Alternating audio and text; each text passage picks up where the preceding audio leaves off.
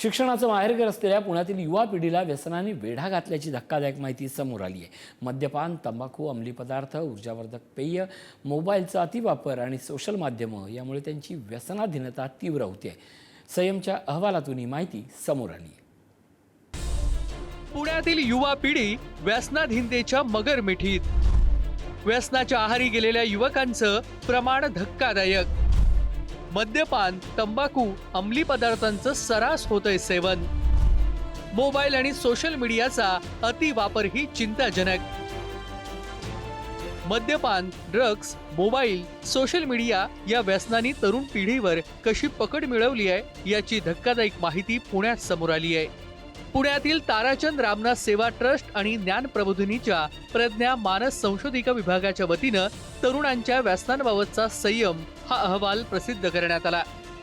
शैक्षणिक वर्ष 2024-25 सालात करण्यात आलेल्या या अभ्यासामध्ये 13 ते 22 वयोगटातील 1887 किशोरवयीन आणि तरुणांचा सहभाग होता। सोबतच 77 पालक, शिक्षक, समुपदेशक, डॉक्टर आणि तज्ज्ञांच्या अनुभवांचाही समावेश या अहवालामध्ये करण्यात आलाय। प्रत्येक 6 पैकी एका किशोरवयीन मुलानं किमान एकदा मद्यपान केलंय। 92% विद्यार्थ्यांना तंबाखूचे दुष्परिणाम माहिती, तरी सुमारे 40% विद्यार्थ्यांकडून तंबाखूचं सेवन। सुमारे 20% विद्यार्थ्यांच्या परिसरात ड्रग्ज उपलब्ध, 8% विद्यार्थ्यांकडून वापर। एनर्जी ड्रिंक्स 64% विद्यार्थ्यांच्या परिसरात उपलब्ध, 18% विद्यार्थ्यांकडून वापर। 1/3 विद्यार्थ्यांमध्ये डिजिटल व्यसनाची लक्षणं। 20 ते 22 वयोगटातील सुमारे 60% तरुण दररोज 3 ते 6 तास ऑनलाईन। संयम अहवालानुसार 80%पेक्षा अधिक युवकांना मद्य, तंबाखू, अंमली पदार्थ यांची व्यवस्थित माहिती असून कुठे उपलब्ध होतात अशा ठिकाणींची देखील माहिती आहे।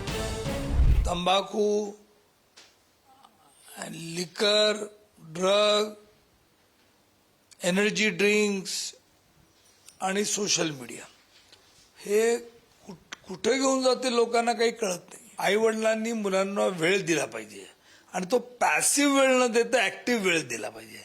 त्यांच्यासोबत खेळलं पाहिजे। ते आणि मुलं बसून टीव्ही बघत असतील तर तो काही इंटरॅक्टिव्ह ऍक्टिव्ह वेळ नाहीये। आणि त्याच्यात तर एक ते आहे, दुसरं आई वडिलांनीच रोल मॉडेल झालं पाहिजे। एडिक्शन म्हणजे काय म्हणतो, पहिला चाहत होती है, फिर आदत होती है और आदत से जरूरत होती है। जरूरत हो गई तो एडिक्शन हो गया। फिर कोई आप उसको जरूरत के पहले चाहत और आदत के लेवल के में ही तोडना है। अवेलेबिलिटी कमी असली पाहिजे। आज सगळ्या पानवाल्याच्या दुकानात किंवा कॉलेजच्या जवळ सगळ्या जागी अवेलेबिलिटी सर्रास आहे। ती अवेलेबिलिटी नसली तरी थोडा फरक पडेल। 6 पैकी एक मूल आहे त्यांनी अल्कोहोल टेस्ट केलेला आहे। त्याचबरोबर 90% जी मुलं आहेत ते टबॅकोला किंवा म्हणजे तंबाखूला घेऊन अवेअर आहे की त्यांना माहिती आहे की याने कॅन्सर होतो आहे किंवा हे आपल्या शरीरास हानिकारक आहे। पण 40% मुलं अशी आहेत की ज्यांनी किशोरवयीन मुलं अशी आहेत की त्यांनी ते टेस्ट करून बघितलेलं आहे। या सगळ्या 13 ते 22 वयोगटातली जी मुलं आहे ती या सगळ्या गोष्टींना कशी बघते, अवेअरनेस खूप आहे। अवेअरनेस सगळीकडेच आहे की ही घातक गोष्ट आहे, हे बघितल्याने डोळे खराब होतात आहे, तंबाखूने कॅन्सर होतो वगैरे। पण एकदा करून पाहण्याची जी वृत्ती आहे ती युवकांमध्ये कुठेतरी दिसली आहे। या अहवालानुसार व्यसनाविषयी तरुणांमध्ये जागरूकता असून देखील प्रत्यक्ष वापराचं प्रमाण चिंताजनक आहे। घर, मित्र, परिवार आणि ऑनलाईन माध्यमांमधून होणारा संपर्क तसंच व्यसनाबद्दलचा सकारात्मक किंवा निष्काळजी दृष्टिकोन यामुळे व्यसनाधीनतेची जोखीम वाढत चालली आहे। मुलांना ॲडिक्शन त्यांचं प्रिव्हेंट कसं व्हावं, ॲडिक्शन प्रिव्हेन्शनसाठी आपण काम करतोय आणि कार्यक्रमाचं नाव जे आहे ते संयम आहे। मुळातच संयम कार्यक्रमामध्ये सर्व काही येतं आणि उद्देश हा आहे की मुलांना व्यसन लागण्याच्या आधीच त्यांना कसं अवेअर करता येईल आणि त्या व्यसनांपासून त्यांना दूर कसं ठेवता येईल हा मुळात उद्देश आहे। आणि त्यासाठी आम्ही सायंटिफिकरित्या 25 मॉड्यूल डेव्हलप केलेले आहेत। म्हणजे हा कार्यक्रम आपण बघू शकतो की मुलांना आपण पुण्यामध्ये ॲडिक्ट होऊ नये म्हणून त्याच्यासाठी प्रतिबंध करतोय।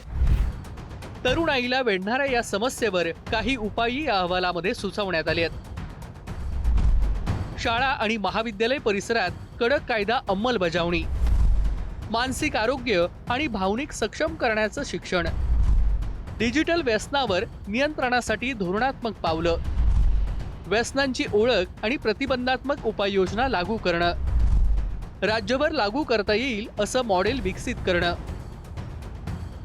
वाढती व्यसनाधीनता रोखण्यासाठी संयमच्या माध्यमातून देखील जागृतीचं उपक्रम हाती घेण्यात आलंय. पुण्यातील या अहवालामधून समोर आलेली आकडेवारी डोळे उघडणारी आहे. वाढती व्यसनाधीनता हा केवळ पुण्याचाच नव्हे तर राज्यासाठी चिंतेचा विषय आहे. सरकारी आणि सामाजिक पातळीवर व्यसनाधीनता रोखण्यासाठी प्रयत्न झाले नाहीत तर भविष्यामध्ये त्याचे गंभीर परिणाम भोगावे लागणार आहेत. ब्युरो रिपोर्ट, पुढारी न्यूज, पुणे.